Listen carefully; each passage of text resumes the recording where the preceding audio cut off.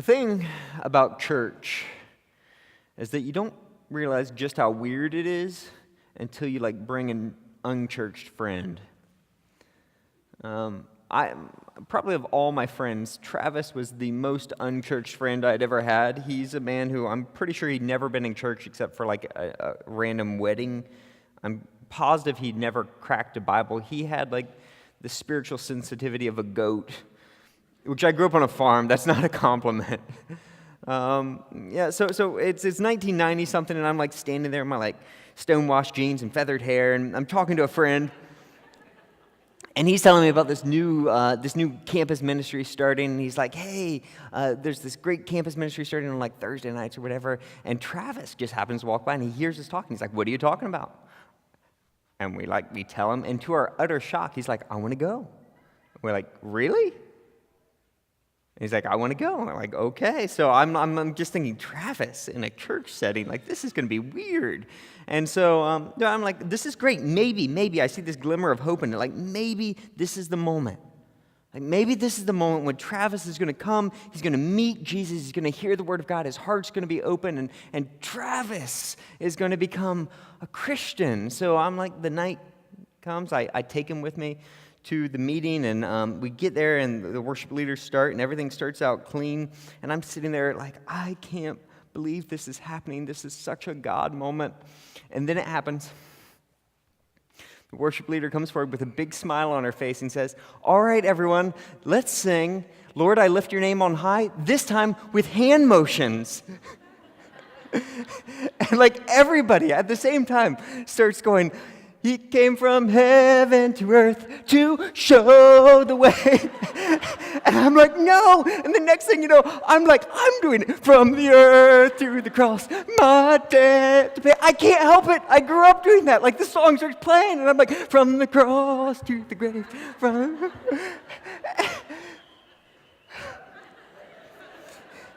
And then I look over at Travis, and he has this look of terror. And I'm like, "I'm so sorry you had to see that." And for some reason, Travis never came back.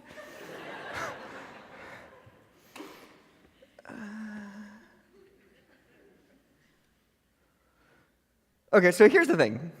That was a long time ago. That was the 90s. I was just a couple years away from a mullet, okay? The world's changed under our feet since then. It's changed. I don't know if you've noticed, but the idea of a Christian in America, that is a dead idea. It's a thing of the past. We live in a pluralistic, secular society. Our neighborhoods, our communities, our jobs are filled with fewer and fewer people who know the hand motions. Travis is the majority.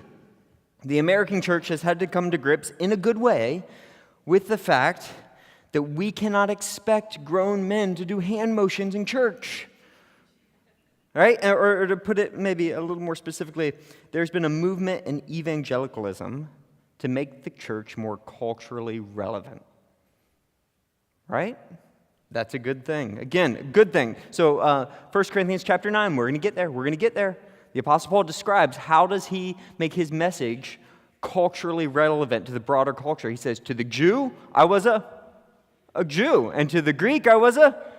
What's that mean? So when he was with Jews, he's eating kosher, speaking Hebrew, quoting the Old Testament. When he's with Greeks, where is he at? He's at the pagan restaurant right next to the temple, and he's eating their food. He's dressing like them. He's speaking Greek. He's quoting their poets. And the kicker in that line, though, is, "I'll become all things to all people so that some might be saved." So his mission decided his cultural form. So skinny jeans or suit, organ or drums, a big long talk or a little talk, a middle school or a cathedral. He said, all of those are up in there. I will do any of them so that some might be saved. The mission will decide the cultural form. And can I just say, I'm in this camp. I don't think we should ask grown men to do hand motions before they hear about Jesus. That's the camp I'm in. But as is often the case, the pendulum from 1990s, where you had to be completely immersed in this Christian culture. They expected you to know all the lyrics and the hand motions over there. It swung way over here, as is often the case. And so churches are now trying so hard to stay culturally relevant that we cannot tell the difference between a worship service and a rock concert, between a sermon and a TED Talk, between, I'm not joking, literal quote from a ministry book I read, from a kids program and Disney World. Like, we can't tell the difference between these two. And I actually was going to play a game called Pastor or Rockstar. Can you imagine how that game would be played? Right? I put up a picture, and you have to tell me, is it a pastor or rockstar? And it is surprisingly hard, but I felt like it was too snarky, so I decided not to do it. Maybe next week. Again, none of these things are bad. I wish I looked like a rock star. No one's ever confused me of that. None of this is bad so long as it serves the mission, so long as we are doing it so that some might be saved, so that some might be saved, so that some might be saved. Where the whole thing, this whole cultural relevance thing gets really sketchy, though, is when the drive to become relevant, cool, to speak the language of the unchurched, when the drive to become culturally relevant starts to change the message itself. When we so want to reach the unchurched that we stop saying anything that offends the unchurched. When we so want to accept sinners that we stop using the word sin. When we so don't want anyone to feel uncomfortable, so we stop talking about whole sections of the Bible. When we change the gospel to fit the culture, we risk losing the gospel, and that is a problem. And as it turns out, it's not a new problem. So ancient Corinth was full of Travises. It was as lost and pagan and as unchurched as any city has ever been.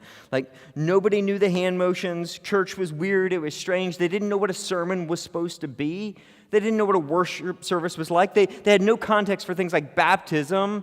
Like in the Jewish tradition, they did. They had no context for things like communion, where they had the Passover in the Jewish tradition. These were pagans, straight up pagans. They had no concept for ideas like spiritual purity.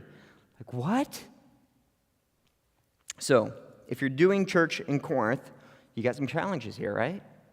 Like, how do you make church culturally relevant to a bunch of young, greedy, sexed-up pagans? And there's a few tweaks they want to make in the worship service, a few suggestions they seem to be making to the Apostle Paul. First, could we maybe just lay off all this stuff about men not sleeping with prostitutes? Like, just ignore it.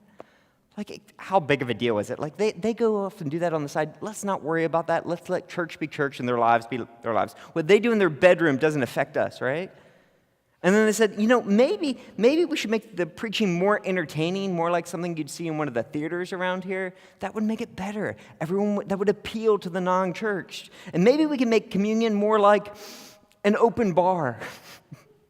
Seriously, they're getting drunk at communion. You know why? Because that's what they did in all the other pagan temples, all the sacred sites around. You get plastered.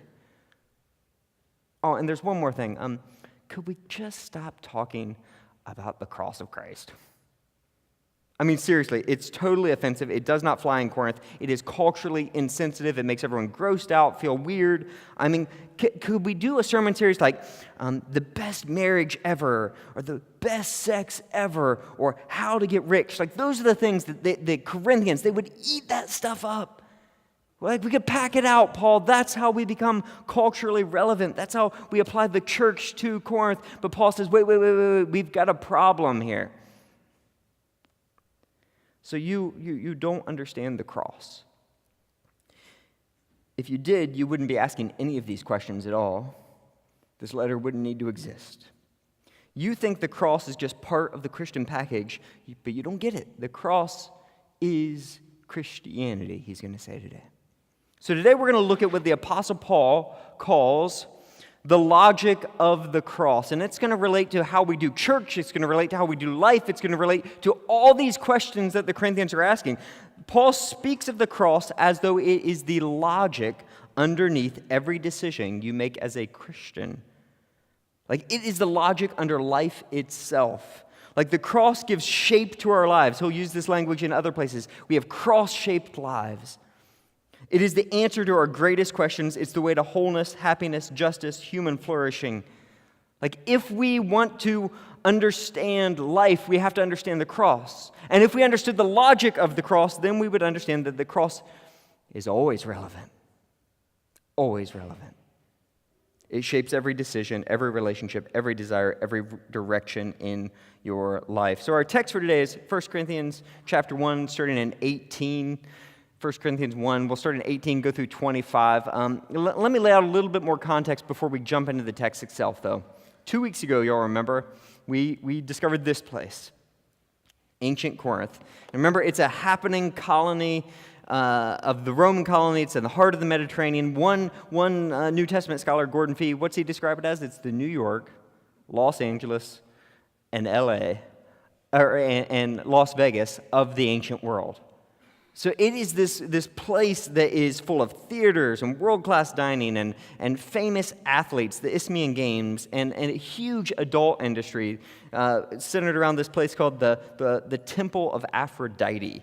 Like, if you are young, sexy, ambitious, Corinth is your city. And the thing we need to know about Corinth is that the church in Corinth was filled with Corinthians. They're as unchurched as they come. It is the first, what we call predominantly Gentile, non-Jewish church in the world ever. And so these are people who have no idea how to act in church. Like, men are sleeping with prostitutes, women are dressing like prostitutes, some women are cross-dressing and dressing like men. People are suing each other, people are getting drunk at communion. It's a total mess, but we said 2 weeks ago, it's a beautiful mess. Because they might not know how to do church, but they know one thing. What is that? Jesus. They know Jesus. And Jesus says, these are my people. And I know they look like a mess. I know all you see is the sin and this terrible stuff they're doing. But I see my people who I'm making holy, who I'm calling into mission. I see a church, my holy church, that's going to reach people that no other church is going to reach. And so that's what we saw 2 weeks ago.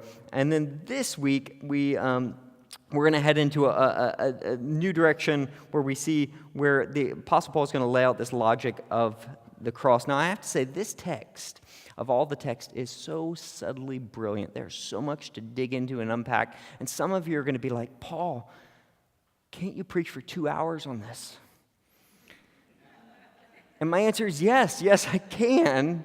But it's going to have to take 2 weeks or it's going to kill us all. So this week, we're going to talk about the logic of the cross. And next week, we're going to come back to this text and kind of build on it. All right? All right, so here, let's go back. Let's pick up where we left off last week. This is a hinge verse here. 1 Corinthians chapter 1, verse 17. It says, for Christ, this is Paul ending his argument about divisions in their church. For Christ did not send me to baptize, but to preach the gospel, not with wisdom and eloquence, lest the cross of Christ be emptied of its power. I just want to point out here, don't want to unpack this, just want to point out a phrase in here. In the middle of that, he says, not with wisdom or eloquence. It literally says in Greek, not with logos of Sophia. And logos of Sophia, not with logos of Sophia. You might know these words, right? Sophia, do you guys know what that means in Greek? Wisdom. So he's saying wisdom, but also notice Sophia sounds like sophist.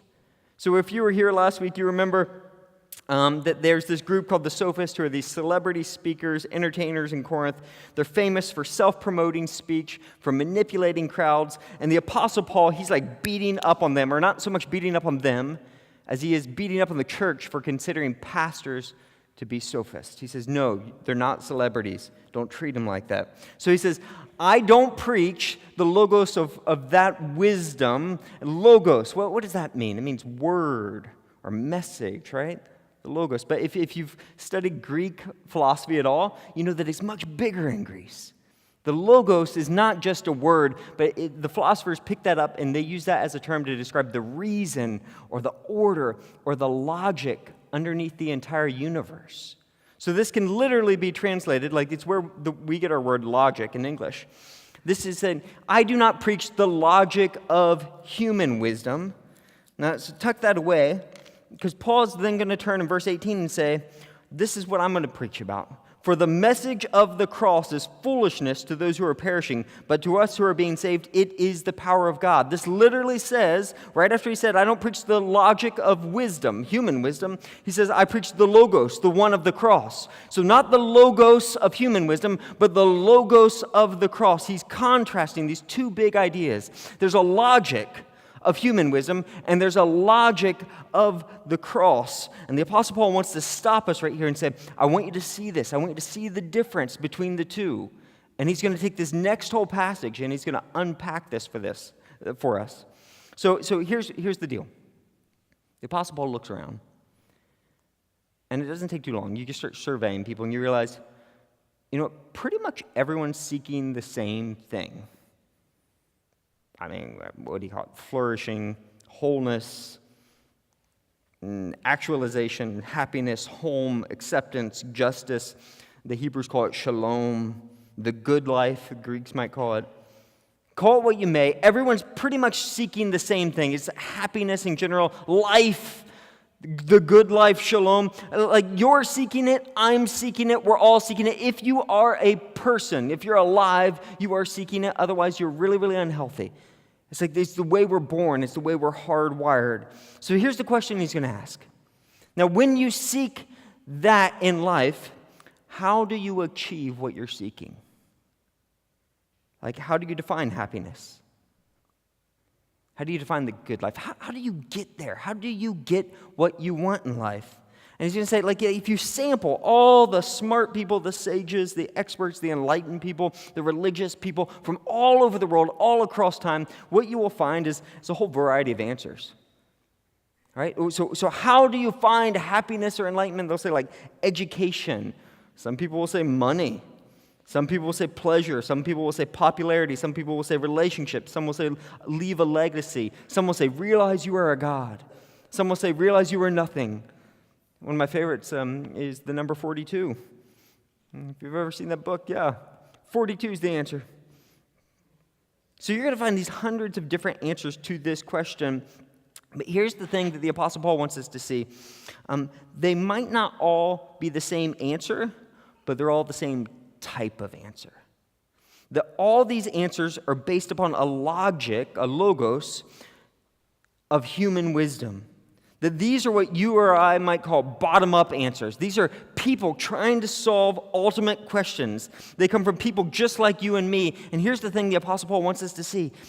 I'm pretty sure none of them work. And you're like, what do you mean, Paul? How do you know that relationships or a legacy or wisdom or money couldn't bring you true happiness, what you're truly looking for at the depths of your soul, that true, deepest longing in your soul? How do you know those don't work? And he's like, because everyone who came up with one of those answers, yeah, they're dead. All of them. All of them are dead. They're not fulfilled. They're not truly happy. They're not truly something. They are nothing. They're gone. And if they're not dead, then they're one of us. They're getting ready to die. And so Paul's going to say all of these answers, they fail. All of the logic of human wisdom, no matter what answer you give, it fails to answer the ultimate questions in life. But he says, now there's a different way of answering. He says the cross answers the exact same question that everyone else is asking, but it gives a categorically different answer. It's an answer that's from above. It's an answer that is based upon a different type of logic. Instead of the logic of human wisdom, it's the logic of the cross. It's an answer that we would never deduce or discover, so God himself had to reveal it to us. So are you ready for this? Here's the logic of the cross. The cross, that terrible instrument designed to torture, humiliate, and kill, the cross shows us the way to find what we're really looking for in life. That's the answer. The way to find what we're really looking for at the depths of our soul in this life is through the cross, through humiliation, weakness, suffering, pain, and death. The message of the cross is not that God saves you from pain, suffering, and death, but that God saves you through pain, suffering, and death.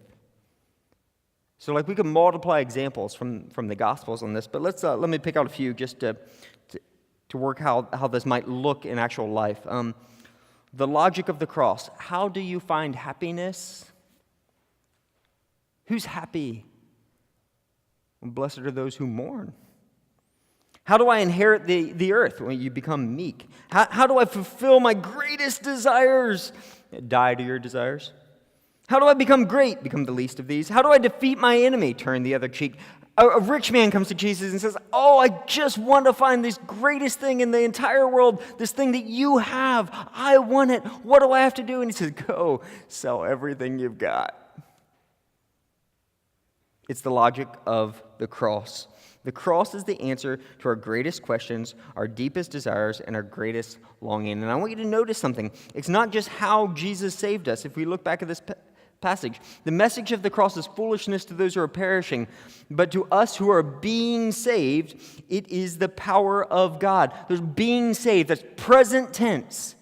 So what he's saying is, it's not just how we find, how we get saved, but this is how we do life. This is the direction we're heading in. The logic of the cross is how we find what we're really looking for in life.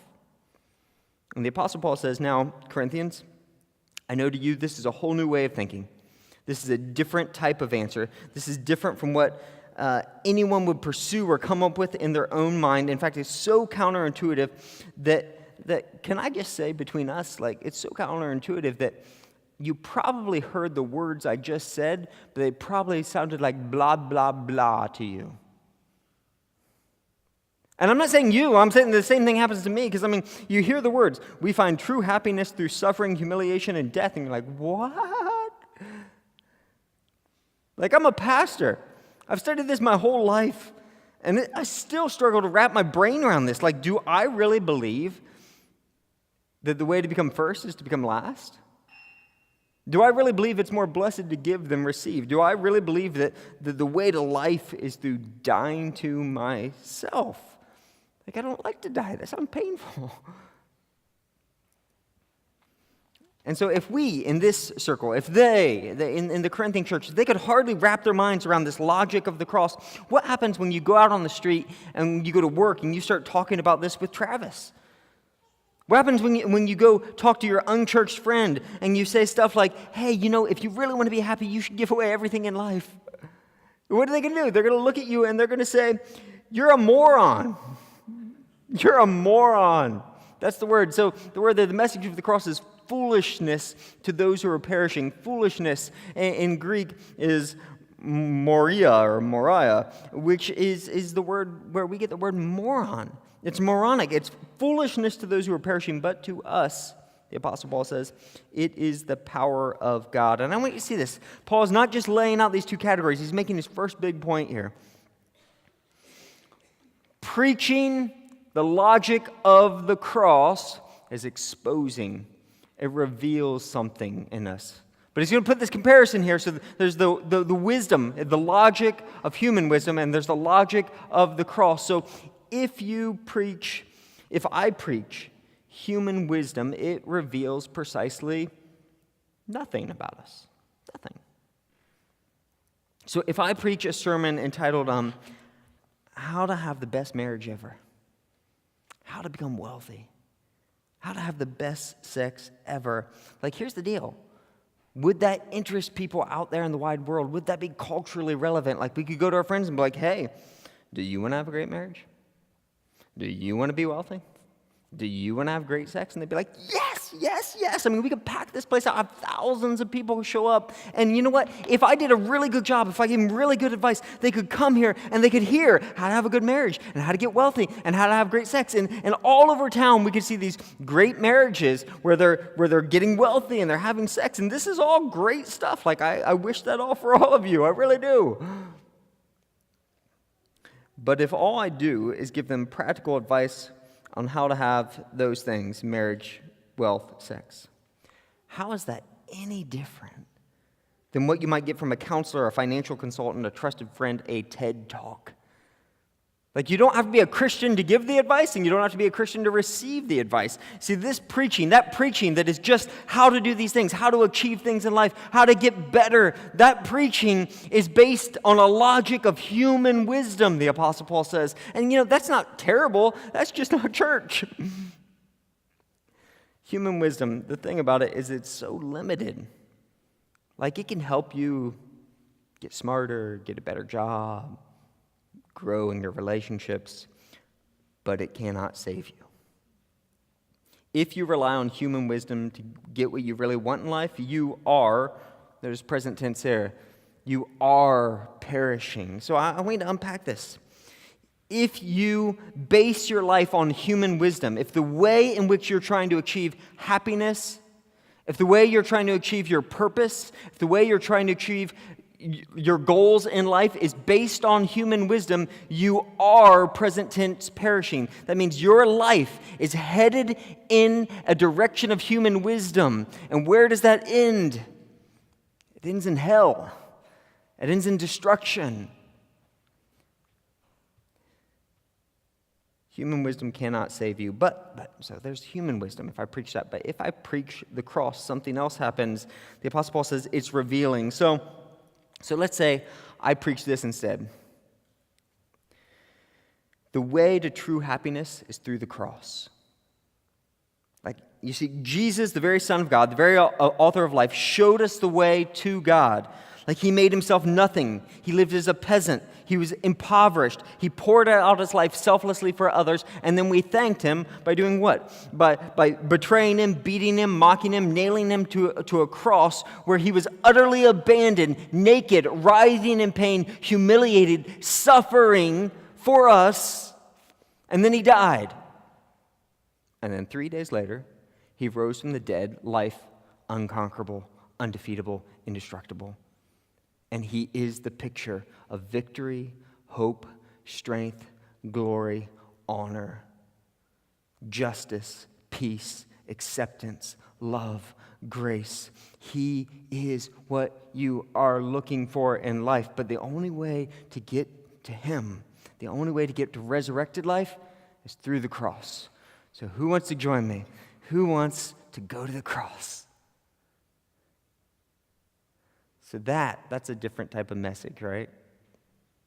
That message is exposing, what do I really believe in my life? Like, do I really believe that the cross leads me to resurrection, leads me to the life I want, leads me to joy, flourishing, fulfillment, actualization, whatever word you want to put there, to happiness? Do I believe that the cross does, that that's what gets me what I really want most in life? Or do I believe my job, my marriage, my house, my car, my good looks, perfect complexion? Right? What do I believe gets me there? And you could be like, come on, Anderson, though, but we got to be practical. Like, there's people out there, they're never going to come to church if all you talk about is the cross of Jesus Christ. I'm like, great, let's talk about marriage. You want to have a great marriage? Ephesians chapter 5. You take the cross and you stake it in the middle of your marriage. And wives, here's what you do. You look at Jesus on the cross. What did he do? He submitted to the Father all the way to the point that he was willing to die when it made no sense to him. He cried out, but he still submitted to the will of the Father. Did not what he wanted to do, but what the Father wanted to do. Wives, if you want to have a great marriage, you be like Jesus. You submit to your husband like that. And husbands, look at the cross. Look at the cross. You want to have a great marriage? Then you look at the cross. What did he do? When Jesus saw the church suffering and dying, what did he do? When he saw them like sheep without a shepherd, when he saw his enemies against him, what did he do? He gave up everything for them. He died for them. Men, you die for your wife. You die for her. That's how you preach marriage. But what if I want to be wealthy? Like, what do you do? Well, you say, you preach what Jesus said. You want to be wealthy? Then it is more blessed to give than receive. You start giving away. You start giving away. You start giving away. Because you want to invest that in something that's lasting. Invest it in something lasting. Don't keep it for yourself. You're going to regret it if you keep it for yourself. But Paul, what about sex? Come on, can I at least have sex? I'm like, yes, sex and the cross. Because the best sex is selfless sex. It's sex that is not about you, but it's about them. It's about us. But what if I'm single? Well, then you have been crucified with Christ, my friend, and you no longer live. You don't live to your desires. Do you see? When we preach the cross, it is not irrelevant but it is a completely different way of viewing things. We can preach the exact same topics, but it's a totally different way of thinking. It's a completely different logic. Completely different logic. And the Apostle Paul says that is revealing.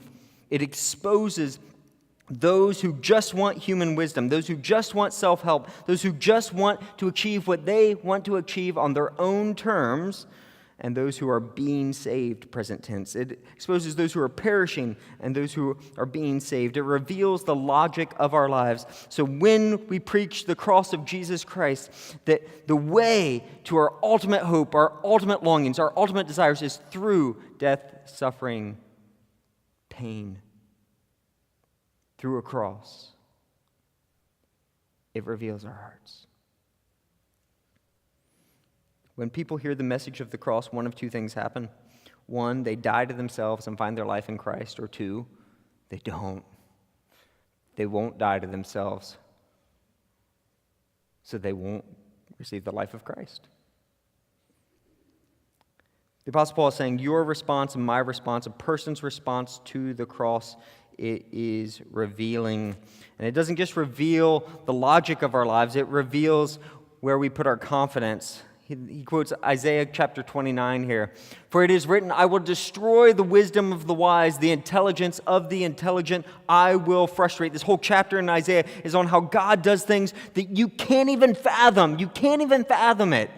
And Paul goes on then to say, where's the wise person? Where's the teacher of the law? Where's the philosopher of this age? Has not God made foolish the wisdom of this world? He looks around and says, like, none of you are that smart. You're not. Nobody is. Nobody is smart enough to come up with the logic of the cross. Nobody's smart enough to figure this one out. Like the human mind is incapable of comprehending certain things. Like, can you grasp this? So let's talk about Christianity 101. Who is God? I am that I am. What's that mean? I don't know. Is God one or is he three? Yes. Is Jesus God or is he man? Yes. Is the Bible written by men or by God? Yes. Like the very foundation of our faith is built upon this bedrock of mystery. Now, I want to be careful here. The Apostle Paul is not saying that this is complete foolishness. He's not anti-intellectual. This is not elevating ignorance and superstition and a blind leap of faith. The Apostle Paul is not attacking intellectualism. He is attacking, though, arrogance. People who can't admit that they don't have the answer. The Christian faith is not irrational. It is supra-rational. Meaning that it goes beyond what the human mind can fathom. It's like trying to teach a dog calculus, right? It doesn't work. Like there are certain things, the scriptures refer to God and his nature as too wonderful. It's too wonderful for you. It's too wonderful for me. It's too wonderful for us. We cannot reach it. And so the cross is one of these things. It's one of these mysteries of the faith. It does this. It forces us to come to an end of ourselves. It forces us to admit, I don't have the answers. Like I thought I knew how to get happiness. I thought I knew how to get what I wanted in life, but I have to submit, I don't know. And we have to kneel at the foot of the cross and say, I'm going to believe what God said rather than try and make my own way. So, God's wisdom, the word of the cross, makes us either kneel there and say, I trust you, or say, I won't trust you. It reveals us. So notice who he's picking on there. The wise person, the teacher, the philosopher. Like then and now, experts, academics, teachers, leaders, philosophers, they had great difficulty admitting that they didn't have the ultimate answers in life.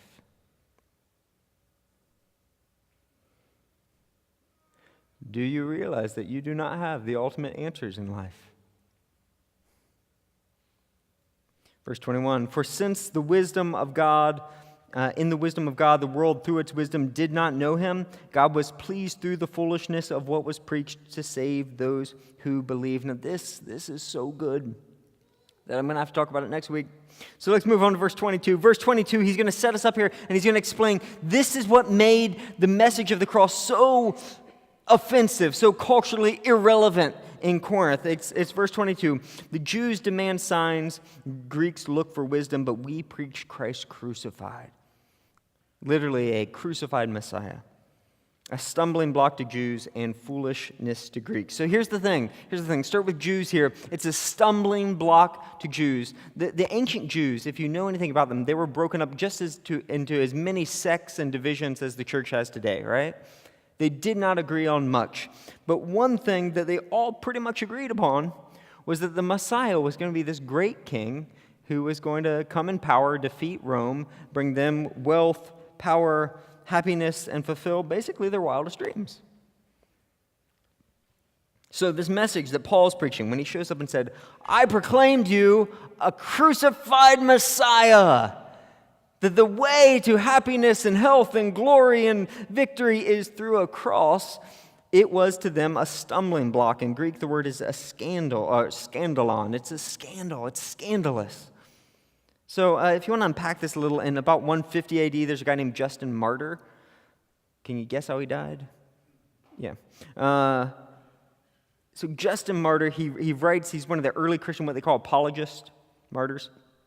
He has this dialogue with a famous Jewish rabbi named Trypho. And they're going back and forth, and he's trying to show him through the scriptures, through the Old Testament, can you see?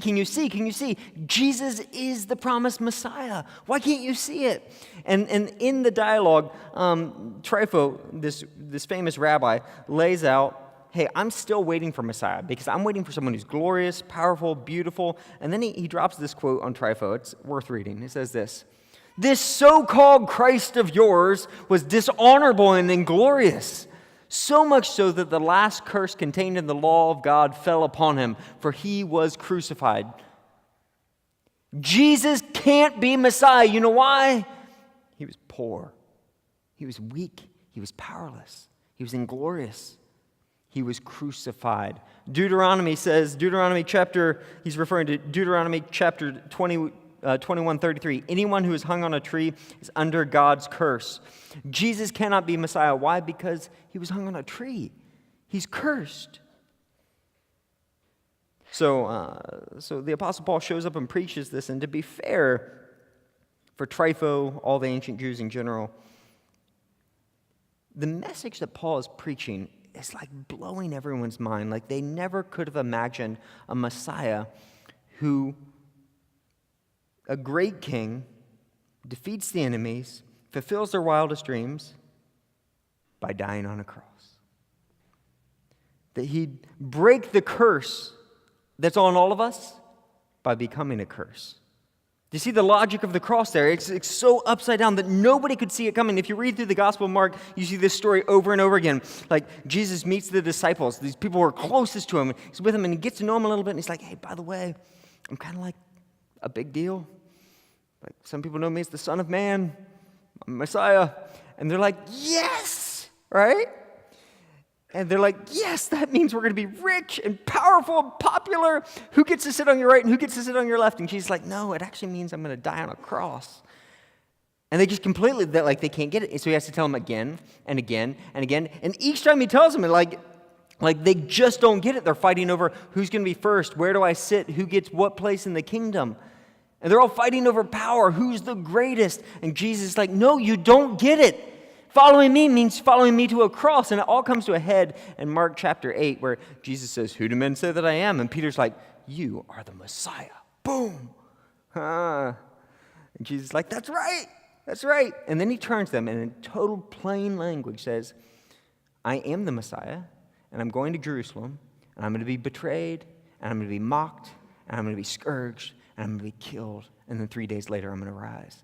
And what does Peter say to him? Jesus, I said you were the Messiah. Like, you got this whole thing wrong here. It says he pulled him to the side to rebuke him. Now, I just have to say, you got to have chutzpah to think you can rebuke Jesus, right? And so he pulls Jesus to the side saying, Jesus, I said you're the Messiah. That means we're going to be rich and powerful and popular, and it's going to be awesome. And Jesus says to him, Get behind me, Satan. You have not the concerns of God. You do not have the logic of the cross in your mind. You have merely human concerns. You, my friend, are thinking like Satan. If you avoid the cross, you're thinking like Satan. Well, that's encouraging. So the message of the cross, even Peter, one of the people closest to Jesus, he couldn't imagine it until after the cross. He could not imagine how they could find victory, happiness, wholeness through the cross. So if the message of the cross is scandalous to the Jew, we read back there, it is foolishness. It's moronic to the Gentiles. There's a famous quote here. The orator Cicero says, "The very word cross should be far removed only from a person, not only from a person of a Roman citizen, but from his thoughts, his eyes, and his ears." That's supposed to say not only. So here's the point. To even say the word cross in Roman society was impolite, it was rude, it was offensive, it was disgusting. It's like you show up at a dinner party and you're like, "Hey, how are your bowel movements today?" You're like, no, we're not doing that here. That's disgusting.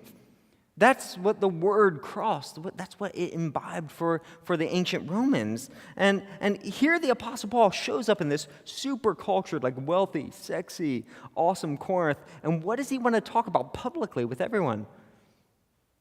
Hey, how are your bowel movements today, right? That's what it sounds like. I want to talk about Jesus Christ and him crucified. I want to talk about the cross. And it is offensive. So scholar David Garland puts it more politely. He says this: Greco-Roman symbols and mythology competed with the cross to provide a framework for interpreting life. So the Greco-Roman symbols, they competed with the cross, a logic of human wisdom, a logic of the cross, for providing a framework of interpreting life. The Corinthians' quarreling reveals that they had absorbed uncritically the ideals and values of the pagan world around them, and Paul wants to replace the pagan paradigms with ideals and values exhibited in the cross. So what are the ideals and values? What are the symbols, the mythologies that the ancient Corinthians imbibed without considering, what they absorbed? Have you ever checked out ancient Greek gods? Let me show you a few. There's one. Whoa. Hey, I had to just crop that one just right. Yikes. And that guy. All right, so these are some classic gods here. What words would you use to describe that? Give me some words here. Naked. Yes. Dare I say sexy. Yes, these are sex gods. They're powerful. What else? Strong. These people have abs. They have abs. I'm jealous. These people are good looking. They're strong. They're powerful. They're smart. So when you take that image, and that's the image of human wisdom, how does this compare? What words do you use to describe this? Weak, powerless, disgusting, broken, alone, writhing in pain. The cross was so terrible that the Greeks actually had to come up with a new word. No words could describe it, so they came up with the word excruciating from the cross. It's excruciating. So the Gentiles, the Greeks, they pretty much, like everyone else in history, like us today. They worship power, wealth, brilliance, beauty, honor, strength, greatness. But Jesus he doesn't look like that, does he? Jesus comes to us and he looks powerless, he looks poor, he looks disfigured, he looks humiliated, he looks weak, he looks broken. He looks like he was pierced for our transgressions, like he was bruised for our iniquities. He looks like the iniquity of us all was poured upon him. That's what he looks like. He looks like a curse. So the earliest known depiction of Jesus actually dates from about late 100s, early 200s A.D. I've shown this before. It's a piece of graffiti on the Palatine Hill in Rome. And if you look at it closely, we got a sketch of it here. You see that Jesus is portrayed hanging on the cross with a donkey's head. And it says, Alexamenos worships his God underneath it. Because that is what the Romans thought of a crucified God. Like, you're telling me you worship a man who's crucified. You, my friend, are a moron. The cross is a symbol of weakness and foolishness. So, the Apostle Paul says, we preach Christ crucified, a stumbling block. It's a scandal to the Jews, foolishness. It's moronic to the Gentiles, but to those whom God has called, both Jews and Greeks, Christ, the power of God and the wisdom of God. He says, you preach that. You go out on the street and you preach the cross of Jesus Christ. And what's going to happen is most people are going to mock you. They're going to reject you. They're going to think you're crazy. But there's a few. Where you say, you want to be rich? You need to start giving it away. You need to start giving it away, and they're going to do it. There's a few where you're going to go to them, you want to conquer your enemy? You need to turn the other cheek. You need to forgive them. You need to love them. You need to pray for those who persecute you, and they're going to do it. There's going to be a few who say, you want to have a great marriage, you want to have great sex, you want to be wealthy, you want to have happiness in life, you want to achieve all your wildest dreams, and they're going to take the cross and they're going to stake it in the middle of their life, and it is going to become the logic of their life. It's going to shape all of their desires. They're going to take their desires and their rights and their dreams and everything they think they know, and they're going to lay it at the foot of the cross. And he says, when that happens, you're going to see the power of God and the wisdom of God in their lives. A happiness that this world does not know. A peace that passes understanding. They're going to find the way to true happiness, and it's through the cross. For the foolishness of God, the cross of Christ, is wiser than human wisdom, and the weakness of God, the death of Jesus Christ, is stronger than the strength of Jesus Christ, or is stronger than human strength. So get this. The Apostle Paul does not preach the cross because he wants us to suffer. He doesn't. He preaches the cross because he knows it's the only way to find what we're really looking for. He knows that what we're really looking for is not a thing. It's not happiness. It's not money. It's not success. What we're really looking for is a person. And his name is Jesus. But if you want to meet Jesus, you have to meet him at the cross.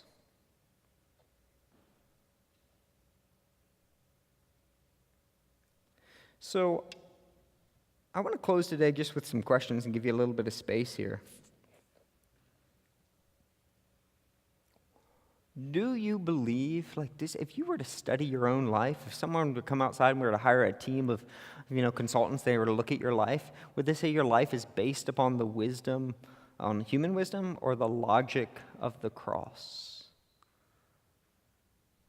Like your personal rights, do you protect them? Do you think like the rest of the world, I've got to protect them, I've got to pursue my desires. If I ever want to get what I want, I've got to pursue them, or do you lay them down? Do you lay them down for others? Like your marriage, is it about like, I've got to carve out my space and protect myself? Or is it like, I want to submit to you and die for you? Like your money, is it like, I've got to protect my money because that's what's going to make me truly happy? Or I've got to give it away, And on and on and on we could go. Do you believe that the way to what you're really looking for in life, true happiness, peace, flourishing, blah, blah, blah, blah, blah. Do you believe that your deepest longings are only found through the cross? Or do you think you can find your own way? Are you trying a million different ways to get those same things? 2 quick applications. If you have never humbled yourself at the foot of the cross, if you've never looked at that and said, wow, I never realized that Jesus dying on the cross isn't just showing me the way to God, but it's showing me the way that I need to live my life for God. Like if you've never seen this before, then I'm just going to say, you, my friend, need to repent and believe. You need to lay down. I've tried to save myself, and I want to trust what Jesus did on the cross, and I want to start living that way. I want to pick up my cross and follow him. That's called becoming a Christian. If you've never done that, you need to cross that barrier. You need to do that. And if not now, when? But I think most of us are probably more in the Corinthian thing where we believe in Jesus, we know Jesus, but then this whole logic of the cross thing, it's spinning us for a loop. And I don't know about you, but if you aren't convicted, it's because you're not paying attention, friend.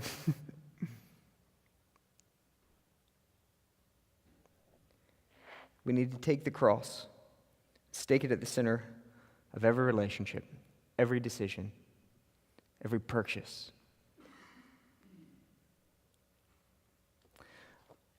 I'm not going to fill it with words. Let me just close with prayer and give you a moment. As we sing this last song, if you would, just let the worship team start us out, and then you guys join in when they invite you to.